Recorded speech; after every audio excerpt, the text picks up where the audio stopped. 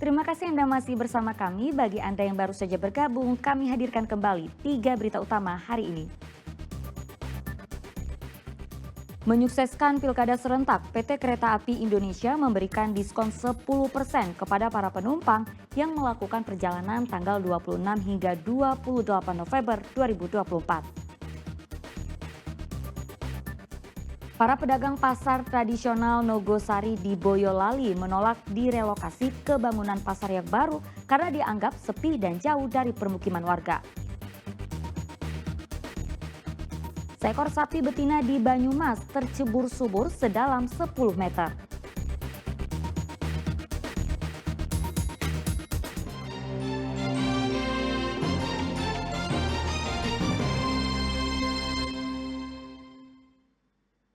Ya, sebuah mobil angkutan umum menghantam pohon di Jalan Osamalik Salatiga Kamis lalu. Diduga sang sopir hilang kendali saat berupaya menghindari penyeberang jalan. Mobil angkutan umum ini menghantam sebuah pohon di Jalan Osamalik Salatiga Kamis lalu. Akibatnya pohon rusak pada bagian depan dan pohon hampir roboh. Sang sopir mengalami luka lecet pada bagian lengan. Kejadian bermula saat mobil angkutan umum melaju dari arah Solo menuju Semarang. Namun saat di Jalan Osamalik Salatiga, ada seorang pejalan kaki yang akan menyeberang jalan. Diduga sang sopir kurang konsentrasi dan melaju dengan kecepatan tinggi, membuat mobil pun hilang kendali hingga menabrak pohon saat berupaya menghindar.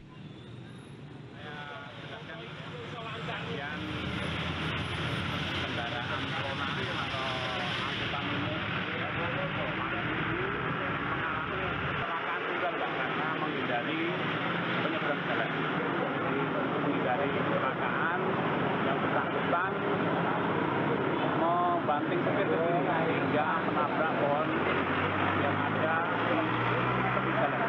Ada korban jiwa dan? Untuk saat ini tidak ada korban jiwa. Dari Ampel mau ke Ini apa tadi eksidennya bagaimana kejadiannya? dari Onset Nyebrang, bukan motor atau bukan orang ya? Apa kecepatan mungkin tinggi nggak? sekitar 60 ke atas. 60 ke atas. Tidak ada korban jiwa dalam kejadian, namun sempat terjadi kemacetan panjang di jalan utama Solo-Semarang. Yulianto melaporkan dari Salatiga. Sebuah plafon kelas SD Negeri Kalimacan Kalijambe Sragen tiba-tiba ambruk Rabu pagi. Akibatnya 3 siswa tertimpa material plafon. 2 diantaranya harus menjalani perawatan medis. Tiada hujan, tiada angin. Sebuah plafon salah satu kelas SDN Kalimacan Kalijambe Sragen tiba-tiba ambruk pada Rabu pagi. Akibatnya 3 siswa tertimpa reruntuhan plafon. 1 orang mengalami luka ringan dan 1 siswa lainnya harus menjalani perawatan medis di RSUD Gemolon Sragen. Usai kejadian, pekerja sekolah dibantu sejumlah guru langsung membersihkan puing-puing reruntuhan plafon. Kejadian ini sebelumnya terjadi pada hari Rabu sekitar setengah 8 pagi. Diduga plafon ambruk akibat termakan usia sebab pembangunan ruang kelas dibangun sejak 2007 lalu. Nah, kalau pagi ada ngaji bersama di halaman, setelah itu masuk ke kelas. Selang kurang lebih 5 menit, kami mendengar ada suara seperti barang jatuh, dan setelah kami cek, ternyata plafon itu jatuh. Yang 3 anak, yang 2 anak sudah bisa pulang kembali, yang 1 hanya memar butuh perawatan lebih lanjut. Atas kejadian ini, kegiatan belajar mengajar siswa kelas 5 harus dipindahkan ke tempat lain. Kegiatan sementara digelar di ruang perpustakaan sembari menunggu perbaikan plafon yang ambruk. Tri Prastio melaporkan dari Sragen.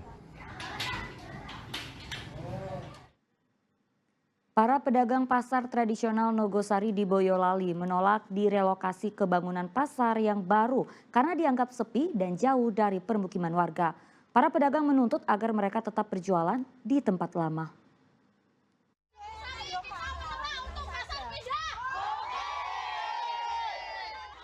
Ratusan pedagang mayoritas para ibu berunjuk rasa di depan pasar tradisional Nogosari, Boyolali Kamis siang. Mereka membentangkan spanduk dan poster berisi tuntutan menolak direlokasi ke pasar yang baru. Dari pasar lama, para pendukung melakukan long march ke pasar baru yang berjarak 2 km dari pasar lama. Para pedagang sedianya bertemu dengan pengelola pasar yang hendak melakukan sosialisasi. Namun para pedagang harus kecewa lantaran acara sosialisasi batal sehingga mereka tidak bisa menyampaikan aspirasi. Para pedagang menolak dipindahkan ke tempat baru karena dinilai sepi dan jauh dari permukiman. Namun pihak pengelola masih mengulur waktu dengan bernegosiasi dengan para pedagang. Ya, pasarnya di sini kan tidak menunjang, tidak ada transportasi umum ke sini, terus wilayah ya jauh dari pemukiman, kayak pasar Ngalas lah. Jadi pedagang nolak untuk pindah sini ya, Bu ya? Nolak, pindah sini nolak. Hasil mediasi nanti kita koordinasikan dengan Kepala Dinas dan dibantu oleh Polres Boyolali. Apa sih Pak kemauannya pedagang ini sebenarnya? Kemauan pedagang tidak mau pindah. Mungkin itu. Alasannya memang lokasi. Mungkin itu. Dari pasar, pedagang kemudian bergerak menuju kantor Kepala Desa Glonggong untuk bermediasi dengan pihak pengelola pasar. Yulianto melaporkan dari Boyolali. Uji coba makan bergizi gratis diberikan kepada ratusan siswa dari tingkat PAUD, TK hingga sekolah dasar di Klaten. Uji coba makan gratis ini sekaligus merayakan Hari Ikan Nasional.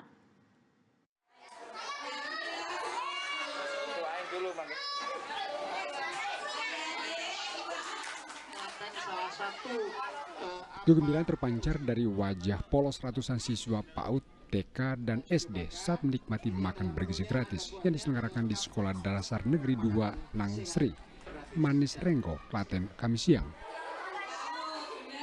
Makan siang gratis diikuti 250 siswa. Mereka begitu menikmati menu yang diberikan, yang terdiri dari nasi, lauk, ikan, buah, dan sayur-sayuran. Makan apa aja ini? Sayur, ikan, sama buah. Seneng nggak deh misalnya di sekolah nanti dapat makan? Senang. Kenapa? Bergizi atau seperti apa? Bergizi. Makan bergizi gratis dengan menu utama ikan sebagai uji coba program Makan Bergizi Gratis Presiden Prabowo Subianto.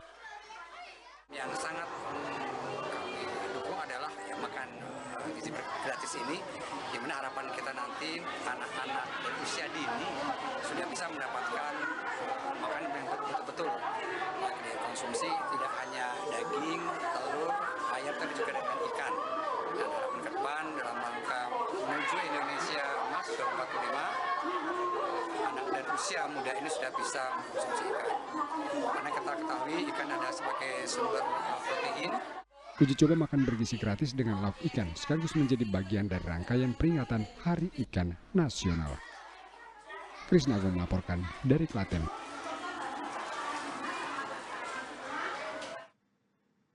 Ya, kita beralih ke informasi selanjutnya. Seorang kurir narkoba asal Bangkalan, Madura diringkus petugas BNN saat hendak mengirim paket sabu-sabu seberat hampir 2 kg di sebuah rumah makan di Brebes. Tersangka diketahui sebagai kurir narkoba lintas provinsi. Matori, kurir narkoba lintas provinsi ini hanya bisa diam tak berkutik saat digiring petugas BNN ke Kejaksaan Negeri Brebes. Warga asal Bangkalan ini ditangkap saat hendak mengirim paket sabu-sabu seberat hampir 2 kg di sebuah rumah makan di Brebes. Paket narkoba itu dibawa tersangka dari Pekanbaru Riau menuju Bangkalan menggunakan bus umum antar lintas provinsi. Sebelumnya tersangka dijanjikan diberi upah puluhan juta rupiah oleh rekannya jika berhasil mengirim paket sabu-sabu itu ke Bangkalan, Madura. Namun apes tersangka sudah diintai petugas saat mulai naik bus dari Pekanbaru. Dirinya ditangkap saat bus berhenti untuk istirahat di sebuah rumah makan di Pantura, Brebes. Tersangka ini dihubungi oleh temannya atas nama Doli, DPO untuk mengambil barang ke Pekanbaru. Si tersangka ini orang Bangkalan, kemudian dari Bangkalan tersangka terbang ke Pekanbaru, terus kemudian sampai Pekanbaru dihubungi oleh temannya DPO di Doli untuk mengambil barang narkotika, terus kemudian janjian di suatu tempat di Pekanbaru. Setelah mendapatkan barang, si tersangka ini membawa sabu dengan berat hampir 2 kg menuju Bangkalan dengan menggunakan bis. Setelah sampai di rumah makan Kedung Roso, Tanjung Brebes, tersangka ini diamankan oleh petugas BNN. Atas perbuatannya, tersangka dijerat pasal 114 ayat 2 Undang-Undang Narkotika dengan ancaman maksimal hukuman mati. Sugi Hartono melaporkan dari Brebes. Cegah kebakaran armada terulang, manajemen Trans Semarang memberikan pelatihan pemadaman kebakaran kepada para pengemudi dan petugas tiket. Pelatihan diharapkan bisa menyiapkan para sopir dan petugas mengatasi kebakaran armada.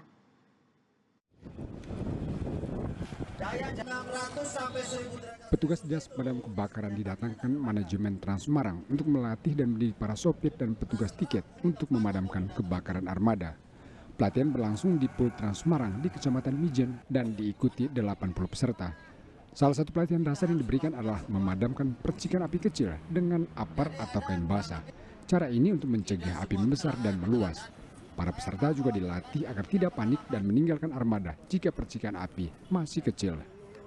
Hari ini kebetulan ada 2 kategori, yang pertama dari pramudi driver sendiri itu kami datangkan yang satu manajemen dengan koridor 8, kebetulan ada dari koridor 3, 4, 8 dan fitur 1. Pengetahuan tentang teknik memadamkan api diharapkan bisa mencegah kebakaran armada. Diajarkan ke kawan-kawan Trans Semarang, apalagi kalau berkaitan dengan seperti ini, lokasi di bengkel itu juga rawan terhadap kebakaran yang ada bahan bakar, kemudian di kendaraan, termasuk juga nanti kita berikan pengetahuan terkait dengan kalau kompor kebakaran dan lain sebagainya. Jadi hal-hal simpel, hal sepele yang sekiranya nanti membuat kawan-kawan ini paham bahwa api itu bisa dihandle kalau masih di bawah 3 menit. Sebelumnya bus Trans Semarang terbakar hebat disertai ledakan keras di Jalan Raya Gunung Pati, Kota Semarang. Percikan api bersumber dari mesin di bawah kabin. Tidak ada korban jiwa dalam musibah ini, namun bus hanya menyisakan rangka. Ali Mustafirin melaporkan dari Kota Semarang.